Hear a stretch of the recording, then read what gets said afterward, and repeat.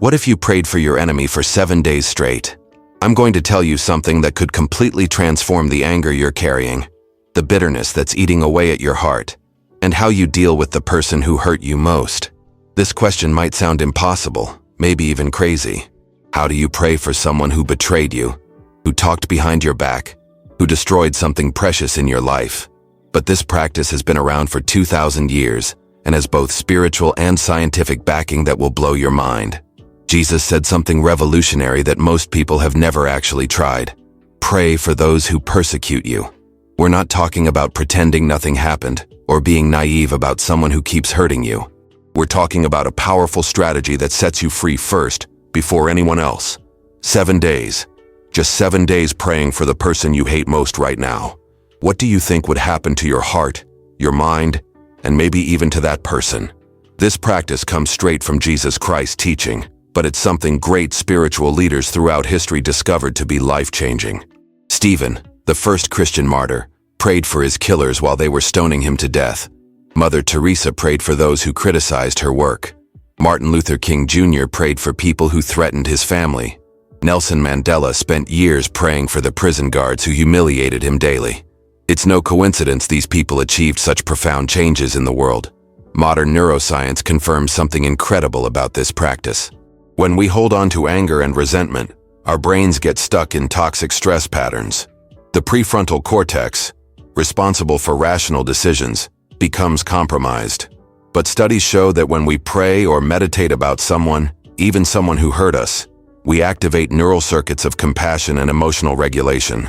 Psychologist Frederick Luskin at Stanford discovered that forgiveness and intercessory prayer literally reorganize brain chemistry, reducing cortisol and increasing serotonin. But here's the secret most people miss. You don't pray for your enemy to benefit them first. You pray to free yourself from the emotional prison where anger keeps you trapped. The Bible isn't a manual for being naive. It's a manual for inner freedom. The challenge works like this. For 7 consecutive days, every night before bed, you're going to spend 5 minutes praying specifically for the person who's hurt you most right now. Pick a fixed spot in your home, maybe your bedroom or living room. Sit down, close your eyes, and ask God to bless this person. Ask for their prosperity, their peace, their family's well-being. Use your own words. Doesn't need to be some memorized prayer. If you miss a day, start over from day 1. 7 straight days, no interruptions. The first benefit you'll experience is deep emotional release. The first few days might be tough, even painful, but something happens when you stop feeding hatred and start feeding compassion. Your mind stops obsessing over what this person did. You'll sleep better because you're not replaying conversations, planning revenge, or imagining confrontations. It's like a weight lifts off your shoulders. The second benefit is emotional control. When you see this person again, or when someone mentions their name, you won't feel that instant rage surge. You'll respond instead of react. Your blood pressure won't spike. Your heart won't race uncontrollably. You gain power over your own emotions. The third benefit is mental clarity. Anger clouds judgment. When you free your heart from resentment, you can make wiser decisions about how to handle this situation. Maybe you'll realize you need to set firm boundaries. Maybe you'll see that this person acts this way because of their own pain. Or maybe you'll simply gain peace to move forward. And something surprising might happen. This person could change too. It's not guaranteed, it's not magic, but there's real spiritual power when we pray for someone. You might be breaking cycles of conflict that have existed for years. First, choose the person. It could be a coworker who sabotages you, an ex who cheated, a family member who deeply hurt you, or even yourself if you're your own worst enemy. Be specific. Have this person's face in mind. Second, set a fixed time. I recommend before bed because that's when our minds are most receptive and you can process emotions during sleep. Same time every night to create a ritual. Third, prepare your space. Turn off your phone, sit in a comfortable chair, or kneel if you prefer. Keep a Bible nearby if that helps you focus. The important thing is creating sacred space for this practice. Fourth, start with a prayer for yourself. Ask God for strength to do this, because it's going to be hard. Ask for wisdom to understand what you'll learn through this process. Be honest about your anger and pain. Fifth, pray for the person. Start simple. God bless John. If you can manage it, go deeper. May he find peace. May he find purpose. May his family be protected. If it's too difficult, just pray.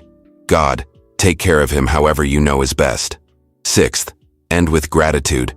Thank God for the opportunity to grow, even through pain. Thank him for your own life and for people who love you. Seventh, write down briefly how you felt. Doesn't need to be an extensive journal, just day 1, really hard, or day 3, felt some peace. This helps you see your progress. This challenge isn't about being naive or going back to trusting someone who hurts you. Praying for someone doesn't mean accepting toxic or abusive behavior. You can pray for your ex and still keep your distance. You can pray for the boss who humiliates you and still look for another job. Prayer and practical wisdom go hand in hand. In the first few days, you might feel angry at yourself for doing this. It might feel like betraying your own feelings. That's normal. You might cry, feel outraged, want to quit. Don't quit. These emotions are part of the healing process. If you have a history of depression or severe anxiety disorders, consider doing this with support from a therapist or pastor. Working with deep emotions can bring difficult content to the surface. Watch out for spiritual pride. Don't do this to feel superior or holier than other people. Do it because you need inner freedom. If you start telling everyone how you're praying for your enemy, stop. This should be between you and God. Some people in your life might not understand this decision. They might think you're being weak or that you should fight back. Don't over-justify yourself. You don't need anyone's approval to seek peace in your own heart. And remember, 7 days won't fix everything. You might need to repeat this cycle multiple times. Deep healing takes time, but each prayer cycle is a step toward freedom. So what if you prayed for your enemy for 7 days straight? Maybe you discover that your biggest enemy was always the anger you carried inside. Maybe you'd learn that freedom isn't having the power to destroy whoever hurt you, but having the power to choose peace even when everything screams for revenge. I know it might seem impossible right now. I know there's a voice inside you saying this person doesn't deserve your prayers. But what if this practice wasn't about what they deserve, but about what you deserve? You deserve to sleep peacefully. You deserve to have a heart free from bitterness. You deserve to be able to love without fear again. These 7 days won't solve all the world's problems, but they might solve the problem inside your chest. And sometimes, that's exactly what needs to change for everything else to start transforming too. Walk in faith, live with wisdom, and join us for the next What If. Now I want to ask you something honest. Is there someone in your life who hurt you so deeply that just thinking their name makes your chest tighten? Someone you feel like you could never forgive, let alone pray for? Share in the comments below if you feel ready to try this, or if it still seems too impossible. I read every comment for real, and your courage to share might be exactly what someone else needs to see today to find strength to begin too. We're not alone in this healing journey. I know some of you are thinking, this is too hard, I can't do it, and I completely understand. There are wounds that seem too big to heal. But let me tell you something. You don't have to feel like doing this. You just have to decide to do it. The feeling comes later, during the process. If you're scared, if you're feeling like it's impossible, share it in the comments below. Let's create a support network. Because when we share these struggles, they get lighter.